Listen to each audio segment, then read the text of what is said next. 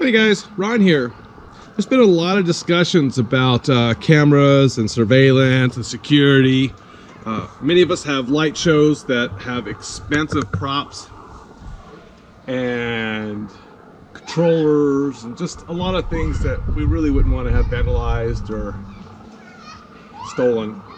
So because of some vandalism that happened to our home, I took security a little more serious, and I reached out to some folks and received some great advice from them. Which is the better camera? Is it Hikvision?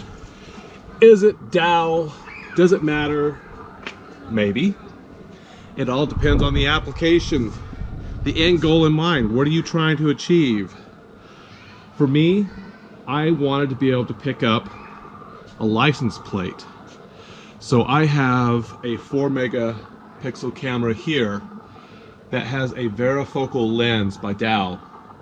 The varifocal lens allows you to mechanically zoom in from 2.7 millimeter to 12 millimeter.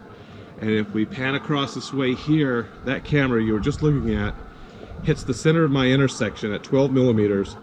And with just a few custom settings, just to compensate for headlights, I see the license plate of everything that comes and goes. And that's a good thing, because if anything were to ever happen, at least I have that kind of information. So looking at the house on the right, I have a camera that gets the yard over here all the way to the back of the second car there. I have a camera on the back side of that that gets my gate and my entire side yard over there.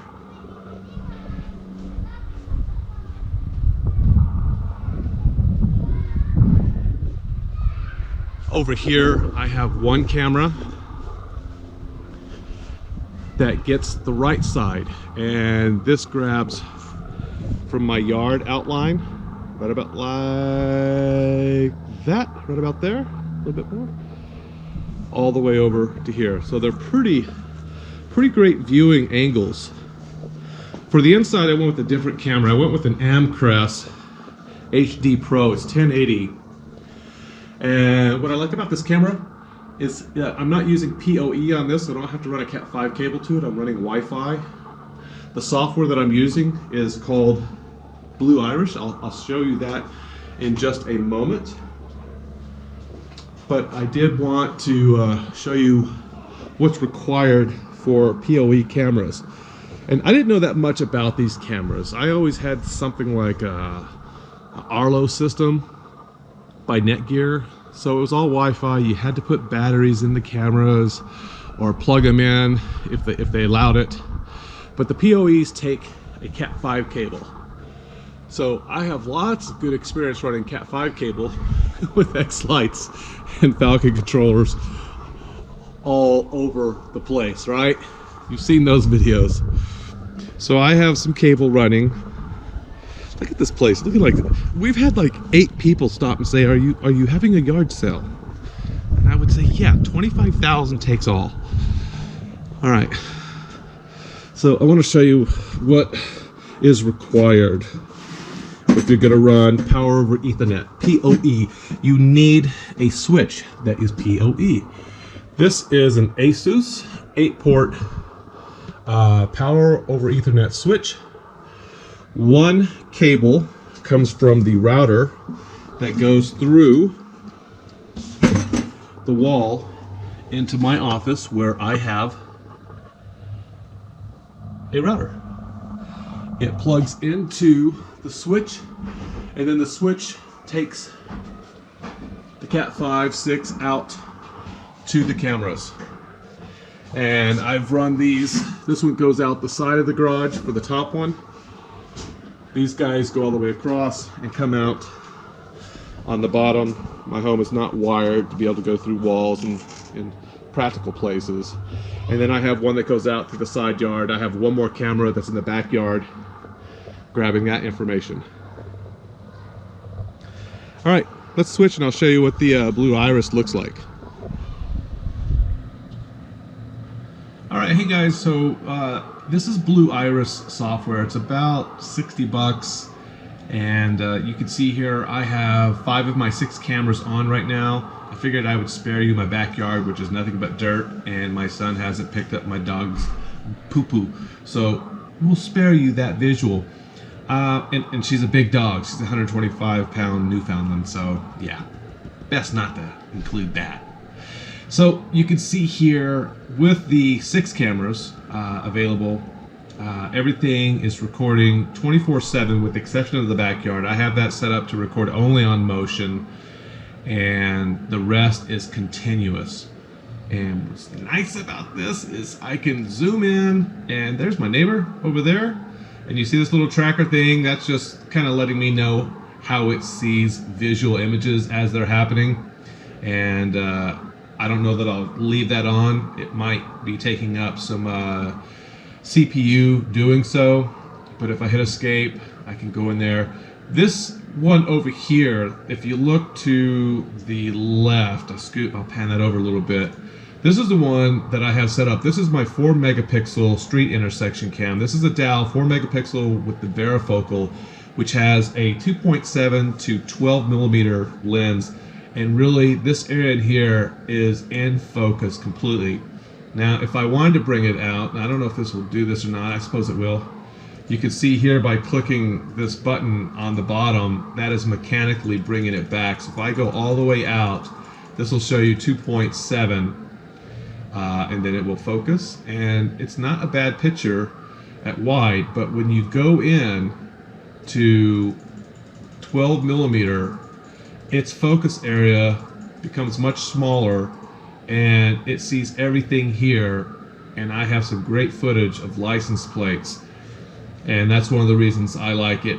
I could have just gotten a 12 millimeter fixed lens, but I didn't know how far I would need to go, to be honest with you. And I like the versatility of being able to pull back when I want to for whatever reason. For instance, if I was going to have another event and have this whole street filled up, I'd probably pull it way back just to capture everything. I'll hit escape, and that takes me back.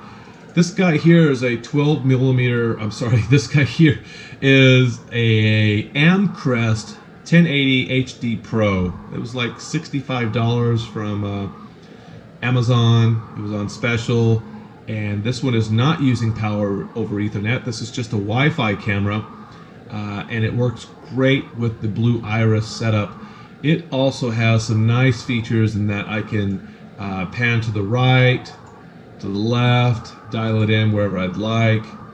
It has a microphone and speaker, so I can talk to people, or just tell the UPS guy, hey man, just leave it there in the corner, we're good, thank you, bye. And it will also zoom in, which is really nice. So if I had to, if something was happening out in this area on the street, you know, it's just another camera to let me see what's going on.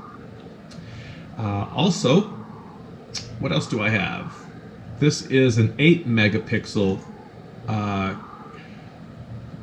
Hikvision. There's such a debate about Hikvision versus Dow. They're both great cameras. This is 8 megapixels, so as I do a digital zoom in, it does a pretty good job. I can zoom in and then do this. I don't think it does as good a job at a distance because it's a fixed lens at 2.8. So I'm never going to be able to get a license plate in this area. It would just look fuzzy. But it's a great wide angle, 8 megapixel, so it's going to give a lot of detail. Looks good at night. It's a little more grainy than the Dows, I think, at night, and that may be just the processing or because I haven't played with the settings enough. But I like the camera. These cameras range anywhere from $150 to $240. This particular camera here from Hikvision is about $240. The 2 megapixel Dows that I have are $150 each, and then I think it was around $225 or $230 for the 4 megapixel with varifocal. So the 2.8, I'm sorry, the 2 megapixel and 4 megapixel Dows are all varifocal lenses, so each of them will go from 2.7 to 12 millimeter, which I kind of like. And again, if you know exactly where you need to go with it, oh look, there's Sadie over here. Let's see what she's doing. Just making a mess is what she's doing, and the kids are playing in the backyard. The other thing I like about this is really interesting. I'm going to right click on my camera properties, and there is a really cool motion sensor function on here where you can decide what size you want something to be before it picks it up. And I'm usually right around 328, somewhere in this area. I don't need to see a cricket move, but maybe a dog or a cat would be cool. And then you have object detection where you could go in based on the pixels, if it exceeds a size, maybe like for a car. And my favorite feature of this is choosing zones. And you can have A, B, C, D, E, whatever zones you want, and it will give you flags and feedback as to what happened in this zone at a particular time. So I want all of this area here to be set off by motion. The tree here, I've pretty much blanked out. I've masked that out because the wind blows it and I don't need to know that. And also I don't need to see if Spider-Man's climbing on Mai's house or anything flying across the sky over here, or even all the way down the street. I've got other things for that. But anything that happens in the roadway here, if somebody were to try to climb over Mai's fence, she's our lovely neighbor across the street, we'd have a good idea. And maybe, because I don't have anything here, maybe I want to paint this back in. So if I wanted to, I could just click here and say, you know, if anything's gonna happen, let's click up there for it. See? And I can paint across this top here, and now it's going to look for any movement in that area. If I don't like it, I hit the control key and then I go back and I erase it. It's really simple. And then I can erase that top section. You also have a rectangle, so you can take an entire section and put that in there and name them by zones. Okay, so I'm pretty good there.